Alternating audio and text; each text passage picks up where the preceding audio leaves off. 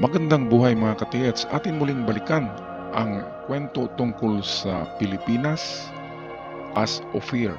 Kung bakit tinatawag talaga na Ophir ang Pilipinas. Dito sa episode na ito ay kumpletong-kumpleto ang salaysay ni Absigal Treasures, ating kaibigan na vlogger, tungkol sa Ophir. Narito ang bidyong ito, atin pakinggan at panoorin. Bakit ang Pilipinas ay itinuturing na lupain ng ginto o sa biblikal na lupain ng kasaganaan na Ophir?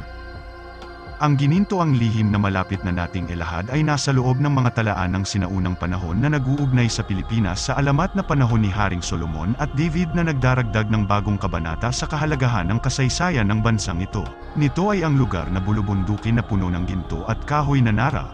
Ayon sa mga ito, ang mga Kastilang mananakop kabilang si Ferdinand Magellan at ang kasulatang General Collection of Philippines Island-related Documents, ay nagsabi na ang tunay na pangalan ng bansa ay Ophir. Ito, dito na Istanbul si Dan Fernandez, isang congressman na nagsasabi na ang Pilipinas ay Ophir. Nag-viral na video yun kay Dan Fernandez sa Congress. Kanyang privilege speech ay tungkol sa Pilipinas na dapat ay ibalik sa original na pangalan nito na Ophir. Sa tapat daw ng China ay pulupulong mga isla. Tayo lang naman po ang 7,000 isla sa tapat ng China. Muchos de oros, mayaman sa ginto. Ang according to Pagkepeta, ang pangalan ng mga islang ito, Ophir. Kasi totoo pala na ayon sa dokumentos 98 ng Espanya, itong dokumento na ito na 98 ay nariyan talaga stated na ilagay na ang pangalan pala ng Pilipinas noon sa hindi pa nasakop ng Kastila. Bago dumating sila Magellan, Ophir talaga ang pangalan ng Pilipinas sa record sa dokumentos ng mga Espanyol. Kaya yan ang hindi natin pinaniniwalaan kasi pagmulat ng ating mata, Pilipinas na ang pangalan ng Pilipinas, which is 1521 lamang binigay ang pangalan na Pilipinas sa isla na tinatawag na noon na Ophir sa Biblia at sa dokumento ng mga Spanish. Kaya yan, totoo talaga na ang Pilipinas ay Ophir. At ano nga ba ang kahalagaan nito sa atin, sa mga treasure hunters? Kasi wala tayong ginto ngayon kung hindi Ophir ang Pilipinas. Kaya nga, dito pala kumukuha si King Solomon ng kanyang mga ginto na napakarami. Sa kanyang kapanahonan, si King Solomon ang pinakamaraming ginto sa buong mundo. Kaya napakayaman ang Pilipinas. At hindi lang pala isang isla ang pinagkunan ng mga ginto ni King Solomon, kundi mga pulo-pulo. Marinig natin mamaya as we continue to watch the video. Ayon naman sa pagsasaliksik ng grupong The God Culture na naglantad ng maraming ebidensya na nasa Biblia, ang mga sinaunang mapa na ang Queen of Sheba na bumisita kay Haring Solomon ay nagmula di umano sa probinsya ng Cebu. Walang duda na ang grupong The God Culture sila Dr. Richard Narag at Isagani Tabilog ay nagsilbing inspirasyon sa marami na nagnanais humarap sa katotohanan hinggil sa banal na pinagmula ng mamamayang Pilipino. Itong sumulat naman ng The God's Culture ay isang Hebrew. Isang Hebrew yan, kaya nga na-trace nila na ang mga Pilipino ay may pinanggalingan na Hebrew at yung isa dito ay Filipino. So Hebrew at Filipino ang gumawa ng The God Culture. Yan ang grupo, mga scholars yan sa Biblia na nagsasabi na ang Pilipinas ay ang Ophir. At totoo naman yan. Napakagandang pakinggan ang ganito kasi wala tayong Yamashita treasures kung wala itong The Land of Ophir. Kaya atin muli balikan ang video. Ang Ophir ayon sa Biblia ay isang lugar na nasa ibayong dagat at mayaman sa likas na yaman gaya ng ginto, pilak, mga matitigas na kahoy, unggoy, pabo at ivory o tinatawag na elepante. Sa puntong may nakuhang ivory na iniregalo kay Haring Solomon, Mapapatanong tayo kung saan kukunin ito sa Pilipinas. Ngunit, may mga eksperto na nakahukay ng mga buto ng elepante dito sa Pilipinas kaya't maaaring nagkaroon na tayo ng elepante noon pa man. Mababasa sa mga aklat ng Genesis, ang lugar na ito kung saan nagmumula ang kinakatuwaang mga bagay ni Haring Solomon. Sa isang bahagi sa aklat ng mga hari ay nagsasabi, lakbay si Haring Solomon kasama ang hari ng Tyre na si Haring Hiram. Dumaan umano ang mga ito sa Red Sea at pagbalik ay dala na ang napakarami at mamahaling mga bato. Maraming beses na ito pinagtalunan ng mga eksperto at ayon sa kanila ay nasa bahagi ng Asya ito. Ayon naman sa mga ibang mga iskola, ang mayayamang bansa sa gitnang silangan na kagaya ng Saudi Arabia at Iraq ay maaring tinutukoy ng Ophir. Ito yung teorya noon na ang Ophir ay nasa Middle East lamang, nasa Iraq. Ngunit kung atin tingnan ang istorya ng adventure or voyage, ang voyage mismo ni King Solomon ay nariyan sa kanyang record na siya ay nagpagawa ng pulutong na mga sasakyan. Ibig sabihin parang armada. Pulutong marami. Yung parang, yung kay Magellan, pulutong ng mga galyon. Ganon din yun ang kay King Solomon. Nagpagawa siya ng maraming barko nagawa sa kahoy. At sila ay maglalayag sa dagat.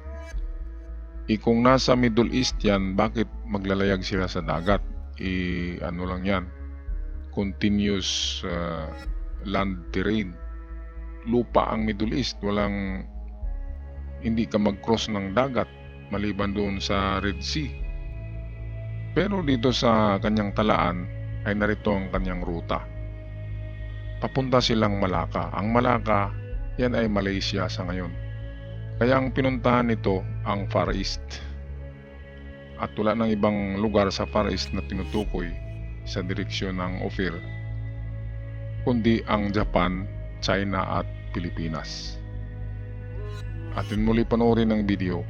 Subalit, may iilang mga pag-aaral din ang nagpapakita na ibang resulta, at ang tinuturong Ophir ay ang Pilipinas. Ayon sa mga iskolar at eksperto, malaki ang posibilidad na may katotohanan nito dahil sa mga sumusunod. Una, sinasabi umano ng Spanish colonial documents na Archivo General de Indias, na para makarating sa Ophir kailangang bumiyahe mula sa Cape of Good Hope ng Africa at dadaan ng India hanggang makarating sa isang grupo ng isla na kaharap ng China na mayaman sa ginto. Ayan, At pangalawa, ang Pilipinas ang pangalawa sa pinakamaraming deposito ng ginto sunod ng Africa, ayon ito sa Hebrews scholar na si Dr. Narag. May mga karagdagang dahilan pa kung bakit pwedeng sabihin ang Pilipinas nga ang Ophir. Base umano sa nakasulat sa Genesis Kapitulo 10 versikulo 30, na sina Sheba, Ophir, Hawila, Obal at ilan pang anak ni Joktan ay nagpunta sa Sephar sa isang bundok sa silangan. At si Sephar umano ay nasa gilid ng silangang bahagi ng mundo. Sephar din ang tawag ng iba sa Ophir. Ang mga bansang pwedeng makonsidera ay ang China, Indonesia, Japan at Pilipinas. Ang mga perlas na kinatutuwaan ni Haring Solomon ay maaaring galing din sa karagatan ng Pilipinas. ayan, isa yan sa palatandaan or evidence ang mga perlas. Kasi ang Pilipinas lamang ang napakaraming perlas sa Far East. At kung tingnan natin ang records, Guinness Book records ng malalaking perlas na narito ngayon sa mundo, lahat yan ay nanggaling sa Pilipinas. Kaya tayo tinatawag na perlas ng silanganan. Kaya ang West Philippine Sea ay inaangkin ng China dahil likas na mayaman sa perlas.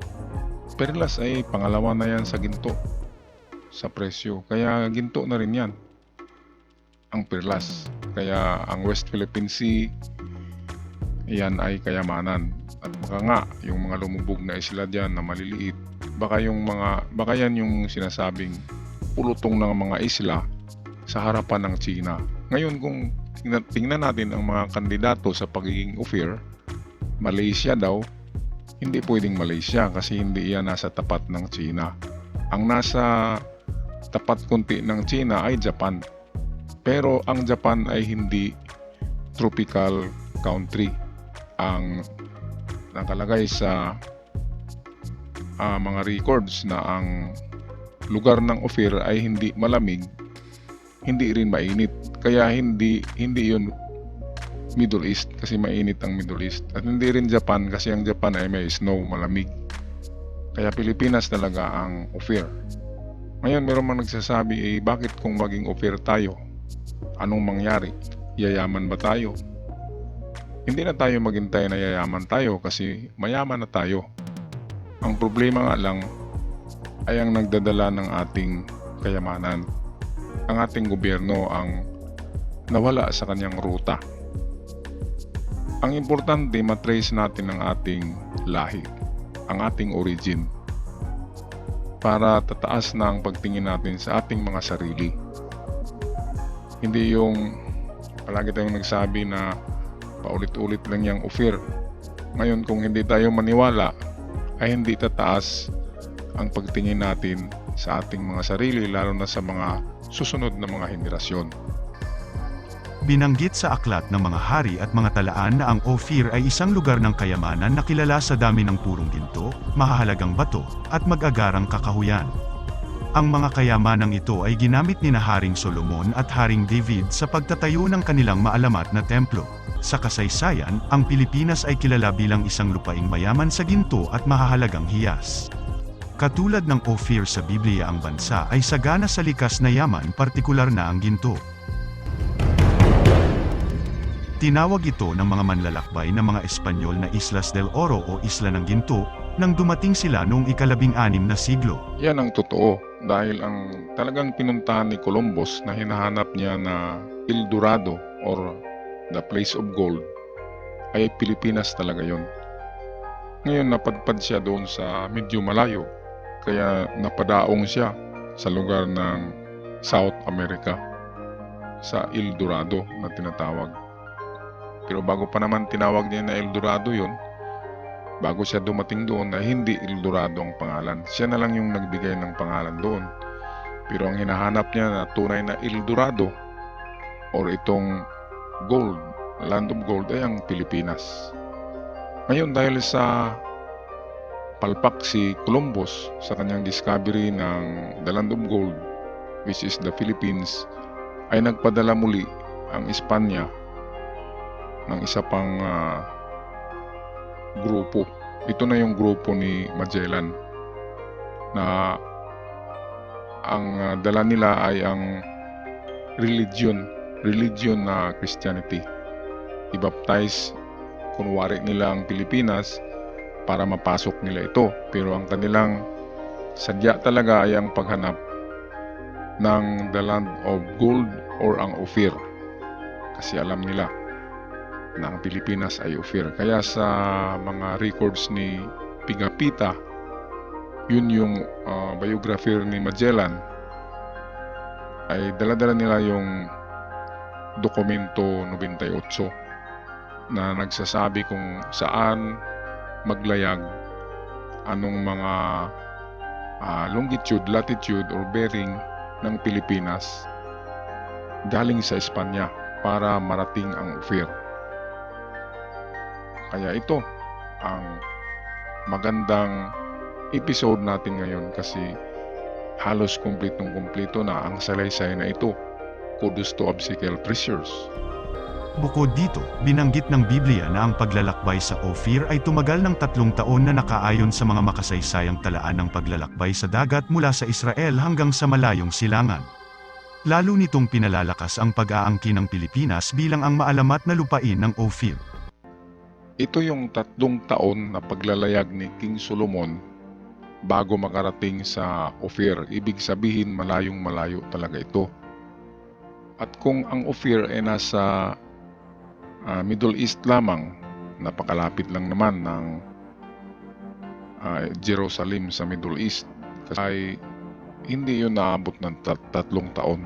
Kaya ang Ophir ay marami talagang naniwala ngayon na ang Pilipinas kasi Far East, at saka 3 years ang biyahe ni King Solomon sa kanyang pulutong, sa kanyang armada.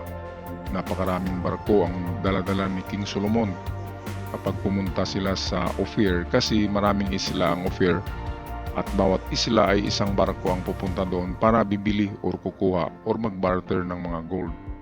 Ang mga gold na ito ay pabilog ang hugis at tinatawag na talent.